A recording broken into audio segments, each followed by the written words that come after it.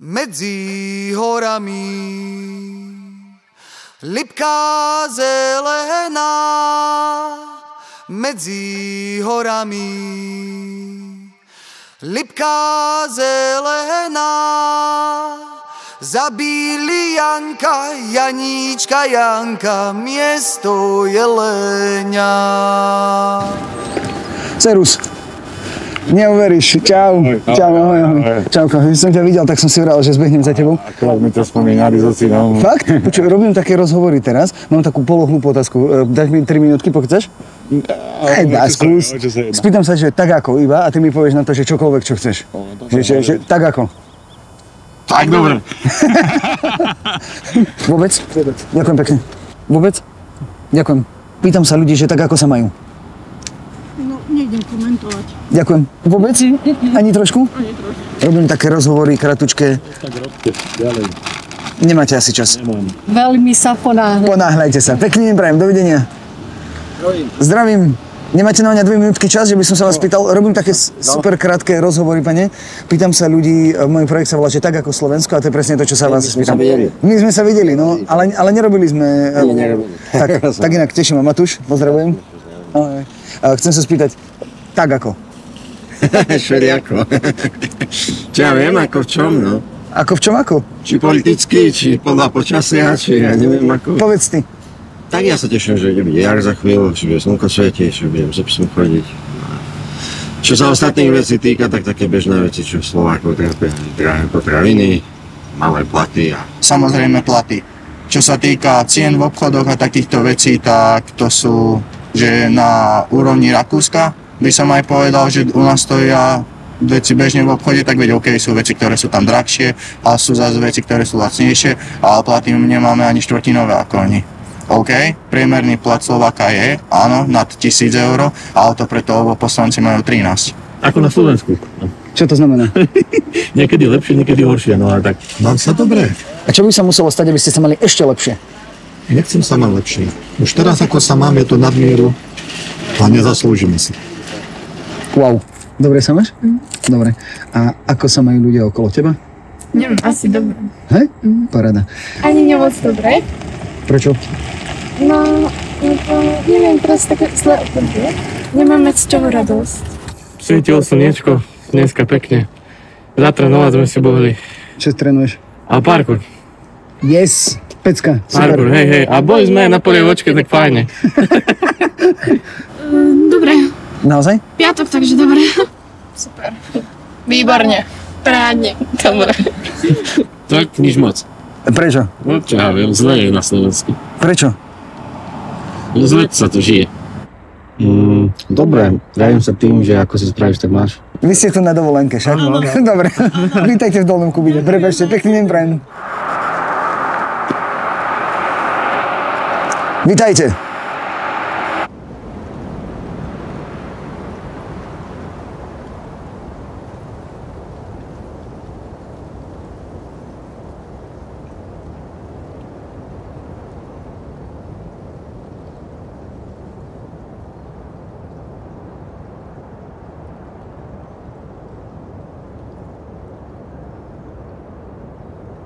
Čo si o momentálnej situácii na Slovensku myslí aj najslávnejší Dolnokubínčan, prišli sme sa spýtať priamo jeho.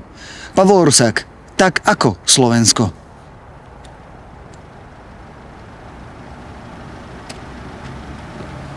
Mlčí. Dobre. A čo by sa muselo stať, aby ste sa mali, že super? Super, asi by som sa musela narodiť v nejakej krajine. Prečo? No, stačí pomer cena práce a tak. Morovňákom zdárka, takže úplne je to celé zle. Myslím, že situácia na Slovensku nie je úplne ružová. Bolo lepšie. Prečo je biedne? Nerastieme ako krajina. A skôr stagnujeme, respektíve sme v regrese. Či už ekonomickom, alebo ako tak celospoločenskom. Nie, lebo je tu zlá vláda. Všetko je drahé, všetko tu je zle. A oni za to môžu? Tak docela dosť, hej. Tak ako? Ako na dôchode potrocha. A ako sa máte, dobre? No, potrocha, aj zdravie slúži ešte ako tak. A čo by muselo byť, aby to mohlo byť trošku lepšie? Kľud, aby bol tu. Ako by sme vedeli ten kľud dosiahnuť? No veď, táto vláda, všetko je to také dopletené. Ale nie len u nás, je to všade, v celom svete to tak vrie. A čo by sa muselo stať, aby to bolo trochu horšie? Tak horšie už len, aby bolo lepšie, ale to by mladí by sa museli viac do tej politiky dostávať. Myslíte si, že by sme sa mali viac zaujímať? No vedia, podľa mňa. Máte pocit, že takýto projekt môže znamenať, že sa ľudia budú trošku zaujímať, alebo že ich trošku... No vedia, len mladí, noví takí, čo sú zbehli aj vo svete, tam koľko takých starých je aj v tom parlamente, čo taký 80-ročný, ten len aby plat zobral ničím. O čom by sa malo? O mladých ľudí by sa malo viacej. Viacej. Prečo chcú ísť preč? Prečo nevážia si Slovensko tak, ako je? A prečo si myslia, že v zahraničí sa budú mať lepšie? Prečo neprinesú niečo tejto krajine? Nechcú zlepšiť túto krajinu. Ale hneď pri prvej malý problém už utekajú. Ale prečo vznikol ten problém, sa nikto nepýta. Máš pocit, že niekde to je trošku lepšie alebo horšie naopak? Jasné, že je to lepšie. Jasné? Prečo jasné? No je to lepšie, lebo už len, neviem, také tie zaostále názory rasistické a takéto, vieš, proste keď si na Slovensku, tak to tu cítiš. Chceš tu zostať? Asi hej. A zvažovala si aj odchod? Akože do zahraničia nie zatiaľ, ale neviem ešte. Býval som v Nemecku, Švajčiarsku, Rakúsku, Holandsku, v Česku, v Prahe. Takže som odchodil a som pracoval proste tam. A bol som medzi kolektívom, medzi ľuďmi a proste som spozoroval proste úplne inú ich mentalitu. Prídeš tu a tu sa cítiš proste sfrustrovaný, tu nevidím žiadnu perspektívu k tomu, aby som proste v živote niečo dosiahol. Žijem na Slovensku, takže sem chodím asi iba raz alebo dvakrát za rok, takže proste neviem, ako sa žije na Slovensku, keďže tu reálne nežijem. Ale vy sa máte dobre? Ja som ma dobre. Nesprávna osoba, ja som teraz prišla zo Škótska a prišla som sa pridať za demokraciu, ale veľmi nevidím už do slovenskej politiky. Takže... Úplne geniálna osoba. Vy ste človek, ktorého hľadám. Viete prečo? Dneska na obed som priletela. Vítajte. Vítajte doma. Len som sa dozvedela, tak som vystúpila, ešte som ani doma nebola. Ide mi o to, že čo by nás, na čom sa že všetci zhodneme. A môj projekt preto sa volá, že tak ako Slovensko, a keď sa vás môžem spýtať, že tak ako vy. Ako sa máte? Dobre. Ja som vám dobre. A čo by sa muselo stať na Slovensku, aby tu bolo oveľa horšie? Oveľa horšie? No tak to už neviem. Ja to nie som, pretože to je dosť zlé, takže... Ja mám stále nádej. Asi, že nezanevieram úplne na to, hlavne v mojom okolí, tým, že študujem v Česku a veľa Slovákov tam mám ako spolužiakov, tak oni sú skeptickí, pesimistickí, že už plánujú ostávať aj v Česku, hej, alebo niekam inám do zahraničia, ale ja to stále tak negatívne nevidím, hej. Ako môže byť horšie? No, že sa odkloníme smerom Rusko, pôjdeme napríklad. Čo by sa udialo vtedy? No, vtedy by tu všetky fabriky, čo sú, by odišli, nebola by to práca. V podstate ako bolo kedysi za komunistov. Zavreté hranice, cestovanie žiadne. A toto proste ja nechcem dopustiť, aby tu moja dcéra žila. Jednoducho pod červenou vlajkou žiadna krajina sa nemá lepšie ako Rusko a nie to ešte ako my, si myslím, občania. Bude určite lepšie, ale teraz nie dobre. Čo by sa muselo stať, aby bolo úplne zle? Už ani veľmi nie. Nič. Už je zle. Čo by sa muselo stať, aby bolo lepšie? Aby dali príležitosť mladým ľuďom. A staršia generácia už ustúpila. Máme právo na vlastný názor, máme právo debatovať o tom, že medzinárodná politika sa dá a dokáže robiť na všetky 4 svetové strany a takisto si myslím, že ak niekto vytvára z určitých tém, možno okolo tej medzinárodnej politiky tabu, tak na to právo nemá. Ľudia by sa museli trošku zmeniť a tá bariéra medzi tými starými a tými mladými musela by byť trošku bližšie. Tie názory trošku museli by pochopiť tí starší ľudia, tých mladších a naopak. V čom si myslíte, že najviac, že sa tí ľudia, že najviac si nerozumieme, mladí so staršími? Vo všetkom. Či v práci, či medziľudské vzťahy, politika.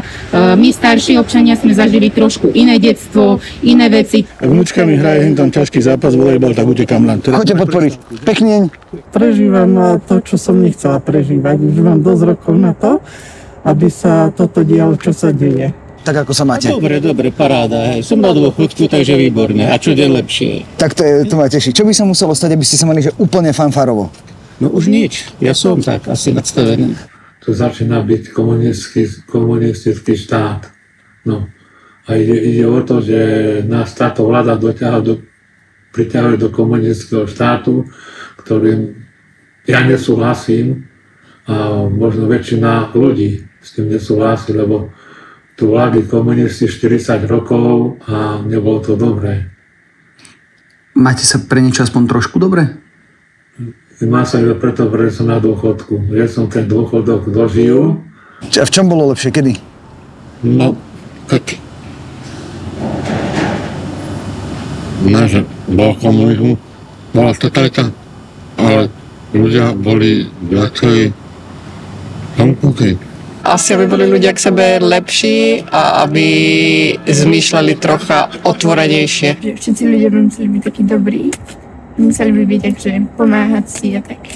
Mali by sa mať viacej radi. Takí prístupnejší ľudia by mali byť tak láskavejší. Lebo to odišlo z tohto sveta. Myslíš? Á, myslím, že hej.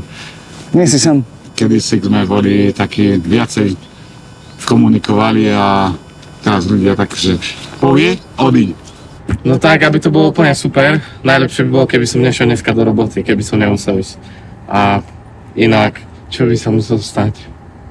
Keby som vyhral v športku. Tak mne nič, iba zdravý som, rodinu mám, ale tak mám si peniaze, viac peniazí, keby bolo. Neviem, pokoj a mier na svete. A máme šancu ho dosiahnuť aspoň na Slovensku? Pochybujem. Čo nám tomu bráni? Naši ľudia a náš národ. Super. Čo? Tak ja neviem, takže sme hlúpi napríklad, sme sebeckí, neohľaduplní, iba nám empatia a tak. Zmeniť trend a zmeniť možno trošku aj myslenie ľudí. To by museli zmeniť tí vo vláde, čo tam sú, tí poslanci a títo. Čo by museli zmeniť? No, zákony a pre ľudí viacej robiť a nielen pre seba. Príklad nejaký? No všetko zrušili, čo sa dalo z prokuratúry, no to všetko ich púšťajú na slobodu. Urobili si zákony pre seba. Sú preto nahrávky z chaty v Čifároch, sú zákony, ktoré si pomenili podľa svojich predstav, aby mohli zastaviť nejaké trestné konania. To je všetko pre seba. Ja z toho nemám nič. A myslím si, že väčšina ľudí tiež. Čo by bolo ideálne? Zaviesť do legislatívy hmotnú zodpovednosť politikov za svoje činy, svoje podpisy, svoje rozhodnutia. Denne stretávam ľudí, čo frflú. Ale to, čo nám hovorí písmo, predkladajte vo svojich prosbách a modlitbách svojich predstavení, aby dostali rozum, aby boli vedení. To sa nedeje. Čo chýba je vízia. Že v podstate každý, komu to príde, akoby, či sa tam striedame, či vo vláde, alebo vždy politickí predstaviteľi mali prezentovať nejakú víziu. Že kde chcú vidieť tú krajinu za 10 rokov, alebo tak. A tam to, čo sa nedie, všetci riešia iba krátkodobé také veci, alebo tak, že ktoré sú proste, ja neviem, reflexii 4 rokov. Mali by sme sa viacej baviť o tom, čo môžeme robiť pre seba, svojich blížnych, pre svoj štát. Pretože to naše Slovensko je fakt pekná krajina, ktoré je škoda. Máme tu potenciál, či už od turistiky a podobných vecí.